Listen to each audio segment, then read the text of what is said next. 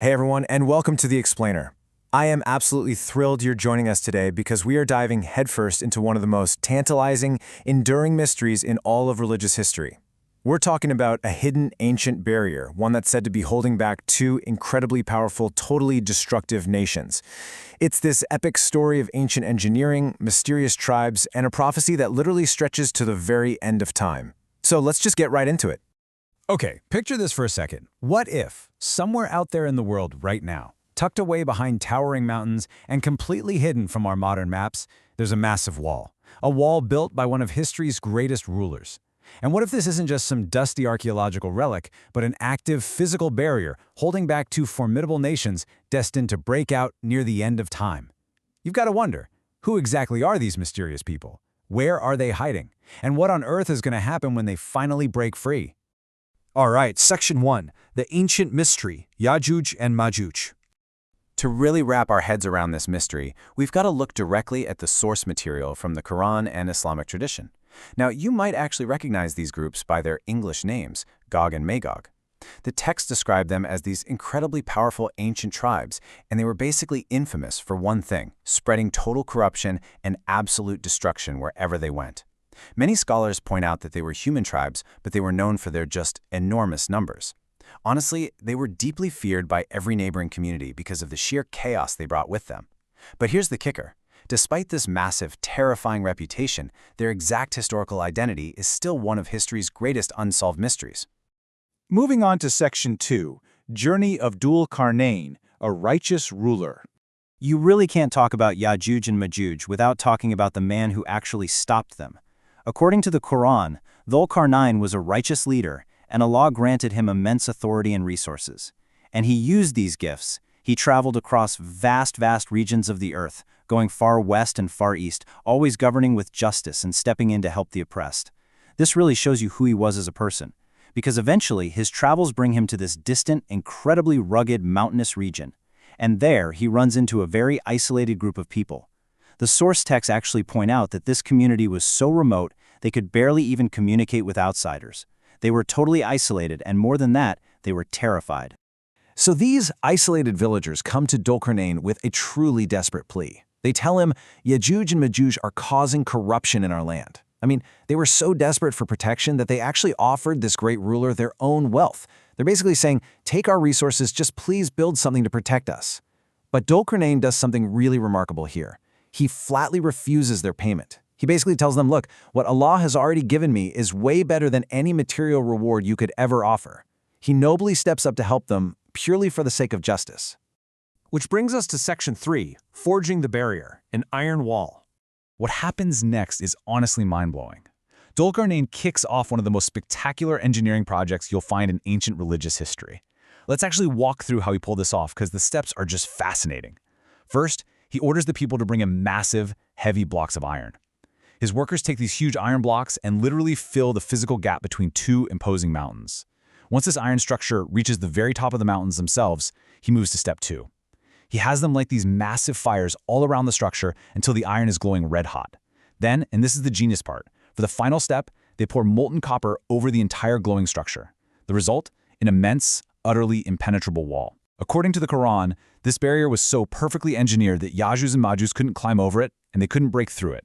Finally, these vulnerable people were safe. But here's the really profound contrast we need to talk about. On one hand, you have this absolute masterpiece of human engineering, right? A brilliant, impenetrable wall of iron and copper that totally stopped the attacks.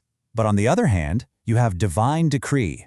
Dhul Qarnayn made sure to remind the people that this massive success, it came from Allah alone. And he didn't stop there. He gave them a pretty intense warning. He told them that this barrier, as strong and massive as it was only temporary. He said that one day, when Allah's promise arrived, that wall would no longer hold. It would inevitably fall. Which, of course, naturally leads us to the question that has been driving explorers crazy for centuries. Where is this wall today? I mean, historians and scholars have scoured the earth looking for this massive iron barrier. Over the years, plenty of theories have popped up. Some point toward the Caucasus Mountains, right there between Asia and Europe. Others suggest maybe it's tucked away in some hidden region near Central Asia. But despite all the searching, the exact location remains completely unproven. No definitive wall has ever been found, and that just keeps the mystery totally alive today. And that takes us into Section 4, End Times Prophecy, the final chapters. So now we are shifting from ancient history straight into eschatology, the theology of the end of the world. In Islamic tradition, the story of Yajooj and Majooj absolutely does not end with that iron wall. They have a terrifying role to play in our apocalyptic future. And the prophetic sequence of events is actually highly detailed. So Era 1 begins with the appearance of Isa ibn Maryam, who you might know as Jesus in English. According to authentic Islamic narrations, it's after his appearance that Allah will finally allow that ancient barrier to fall. That kicks off Era 2. Yajooj and Majooj will emerge, and their numbers will be so vast they'll just rapidly spread across the entire earth. The traditions say they'll consume resources and leave nothing but total chaos in their wake. This pushes us into Era 3, where humanity realizes a horrifying truth: they cannot win. Prophet Isa and the believers will actually be forced to retreat to higher ground, praying desperately for divine help. And finally, in Era 4, the crisis ends, but not with human weapons. Allah will send a divine cause that completely destroys the tribes, cleansing and restoring the earth right before the day of judgment. The core lesson embedded in this terrifying future event is simple, but man, is it profound. When Yajooj and Majooj are finally unleashed, humanity is going to find it absolutely impossible to stop them. No ordinary armies, no brilliant strategies, no advanced weapons are going to work. The sheer scale of the threat proves that human strength alone just isn't enough. Survival is going to rely entirely, 100%, on divine intervention. Let's look at Section 5, Lessons for Humanity, Timeless Wisdom. So why does all of this matter to us, right here, right now? Well, it's not just some fascinating ancient legend, it is packed with incredibly relevant lessons for all of us. Let's quickly summarize the big takeaways from this explainer. First off, justice matters. Look at Dhul Qarnayn. He had immense power, but instead of exploiting a vulnerable, terrified community, he used his authority to protect them. Second, knowledge and technology are blessings. Building that Great Barrier really highlights the value of human intelligence, planning, and cooperative engineering. Third, power is temporary. No matter how impenetrable an iron and copper wall seems, no matter how great the empire, it will eventually fall when the divine decree arrives. And finally, faith is essential. When humanity eventually faces challenges that are just entirely beyond our control, faith and reliance on a higher power become our absolute greatest source of strength.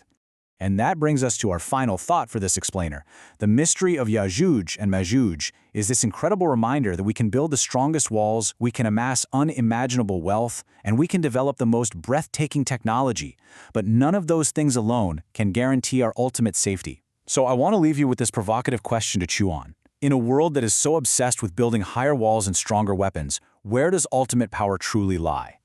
Thank you so much for joining me to explore this incredible source material today. Keep learning, keep questioning, and I will see you in the next explainer.